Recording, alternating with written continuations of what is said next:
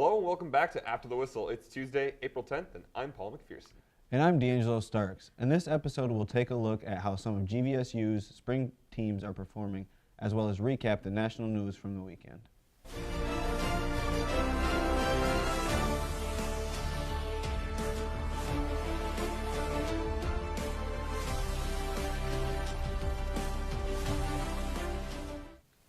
The Lakers softball team has rolled into GLIAC play, owning a perfect 11-0 conference record and being 23-5 overall. Just this week, Allie Grizz took home GLIAC Pitcher of the Week honors. The Grand Valley baseball team owns a 17-13 record, while the women's lacrosse team has won 9 straight and is currently ranked number 13 in the nation. Women's tennis, currently ranked 22 in the country, has been undefeated through Division II play and could be the top seed in the region, as regional rankings will be finalized on Wednesday.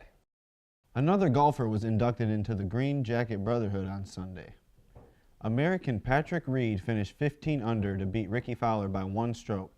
Fowler completed the Bridesmaid Grand Slam on Sunday, meaning he has now finished second at all 4 major competitions. In other news, Tiger didn't win, so we can all go back to not caring about golf anymore. Paul, to you.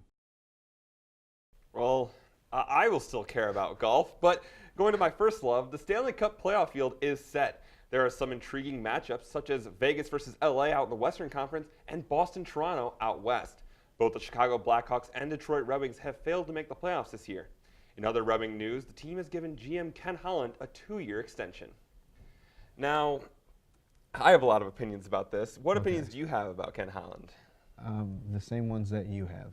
Well, I'll get underway then. So the thing with Ken Holland is that he's never had to do a rebuild before, and he's admitted, and Red Wings are admitting to going through a rebuild now. They traded away Peter Mrazek, traded away Tomas Tatar. They're now having a GM who's never gone through this, but has stagnated the rebuild for the last half decade to a decade. Right. Not only this, the Red Wings currently have the oldest roster in the NHL, and they also have the most no-trade clauses in the NHL. They have 10 no-trade clauses on their roster. Their average NHL team has 4.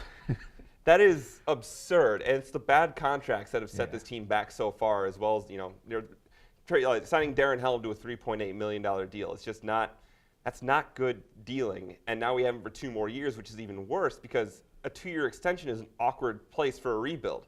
When you want to do a rebuild, if you want to commit to someone doing the rebuild, you commit to them longer than 2 years, because then you're basically saying, well, if the plan isn't going perfectly, we can fire you and then have someone else completely take over a plan that you started. So I really don't agree with this extension. I like to see what he can do in the draft, but giving someone 2 years to try to perform a rebuild with this team, it just seems like a bad business. Yeah, generally old players and bad contracts don't work very well for a rebuild. Yeah, not at all. Anyways, the NBA season is coming to an end this week. The Eastern Conference playoff field is set, but in the West, the 5 through 9 seeds are separated by just 2 games. Paul, what are your outlooks on these playoffs?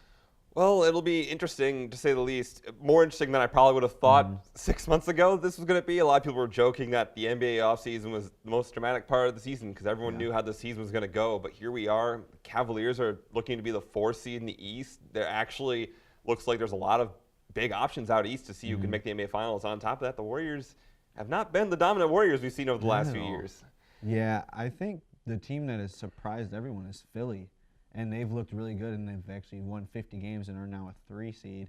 So the East seems wide open. Meanwhile, like you said, the Warriors kind of seem more beatable than we've ever seen them before. So it's more wide open than we expected it to be at the beginning of the season, which is really good, and we definitely have some very entertaining basketball coming up. Oh, for sure. And in the West, when you actually consider that there are 2 teams that probably are the favorites to make it, but there's actually 2. It's not just the Warriors. Yeah. There's the Rockets there as well, who are the best team in basketball right now. It really does create some actual drama and some things to look forward to in this playoffs. For sure. I'm really excited. We'll finish tonight's show with some news from the UFC.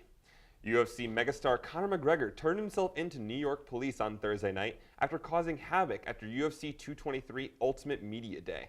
McGregor and his entourage threw dollies and other items through bus windows. The fracas resulted in 3 bouts being removed from the UFC 223 card. The Irishman is facing 3 charges of assault. To make things worse, McGregor was stripped of his lightweight crown after Khabib Nurmagomedov defeated Al Iaquinta on Saturday. That's going to be it for us tonight. We will be back next week for our final show of the semester. Until then, I'm D'Angelo Starks. And for the rest of the After the Whistle crew, I'm Paul McPherson. All game, all season, always after the whistle.